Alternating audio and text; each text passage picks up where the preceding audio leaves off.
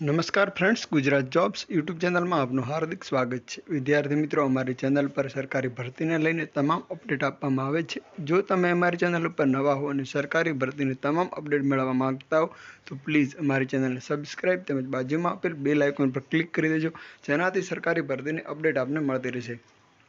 My dear friends, આજનો topic છે ધોરણ 10 પાસ ઉમેદવારો માટે રેલવે વિભાગમાં પોલીસની ભરતી જાહેર કરવામાં આવેલ છે, તેમજ સબ ઇન્સ્પેક્ટરની પણ ભરતી જાહેર કરવામાં આવેલ છે।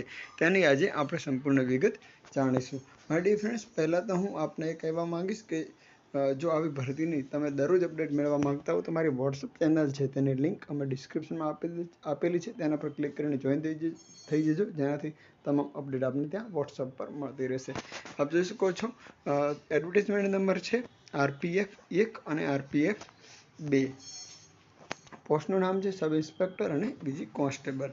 4 તારીખથી આપ એપ્લાય શરૂ કરી શકો છો, જેની લિંક ડિસ્ક્રિપ્શનમાં આપેલ છે અને ક્લોઝિંગ ડેટ છે 14/5। જો સબ ઇન્સ્પેક્ટર છે તેનું પે લેવલ છે 7મા પગાર પંચ મુજબ 6ઠું અને એજ્યુકેશન ક્વોલિફિકેશન ગ્રેજ્યુએટ સ્નાતક માત્ર કોઈપણ માન્યતા પ્રાપ્ત યુનિવર્સિટીમાંથી। પગાર ધોરણની વાત કરવામાં આવે તો 35,400 અને મેડિકલ સ્ટાન્ડર્ડ B1 હોવું જોઈએ।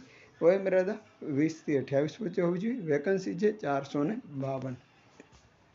જ્યારે બીજી એડવર્ટાઇઝમેન્ટ છે એ કોન્સ્ટેબલ છે, એમાં 3 છે બેઝિક જે લેવલ છે 7મા પગાર પંચ મુજબ 10 પાસ અથવા એને માન્યતા પ્રાપ્ત બોર્ડમાંથી એક ડિગ્રી હોવી જોઈએ, એટલે 10 પાસ અથવા એને સમકક્ષ। 21,700 પગાર આપવામાં આવશે। B1 સ્ટાન્ડર્ડ હોવું જોઈએ। 18 થી 28 વર્ષની વયમર્યાદા, જેની જગ્યા છે 4,208। ટોટલ જગ્યા થશે 4,660। ત્યારબાદ જો એપ્લિકેશન ફીની વાત કરવામાં આવે તો એપ્લિકેશન ફોર ઓલ કેન્ડિડેટ, જે કેટેગરી માન્યતા પ્રાપ્ત નથી એના સિવાયના બધા લોકો માટે 500 અને જે માન્યતા પ્રાપ્ત છે રિફંડેબલ, જો એપ્લિકન્ટ રિફંડ કરવા માગે તો 400 રૂપિયા છે।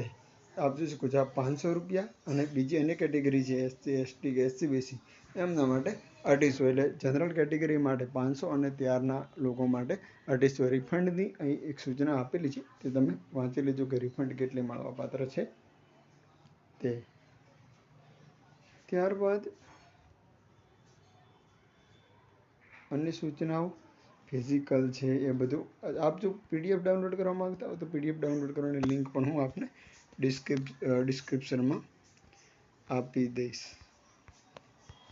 અન્ય વિગત આપ એપ્લાય કરવા માંગો છો તો એપ્લાય કરવાની રીત છે એ આપને નીચે ડિસ્ક્રિપ્શનમાં આપેલ છે, લિંક પર ક્લિક કરવાથી તમે સીધી લિંક કરીને ઓનલાઈન એપ્લાય કરી શકશો। અહીં રિઝર્વેશનનું ક્રાઇટેરિયા આપવામાં આવેલ છે, વયમર્યાદા આપવામાં આવેલ છે, જ્યાં આપણે આગળ ટૂંકમાં માહિતી મેળવી લીધી। આપને પ્રશ્ન હશે જે એક્ઝામની ભાષા છે એ કઈ હશે, તો જે એક્ઝામની ભાષા છે એ ગુજરાતી પણ છે। આપને હું હમણાં એ પણ બતાવી દઉં છું કે એક્ઝામનું મીડિયમ કયું છે, તો એક્ઝામના મીડિયમની અંદર ગુજરાતી પણ રાખવામાં આવેલ છે, એટલે ગુજરાતી ધરાવનાર ઉમેદવારો પણ આની અંદર એપ્લાય કરી શકે છે। હવે સરકારી ભરતીની અપડેટ સાથે ફરી મળતા રહીશું। Thank you so much for watching this video. જય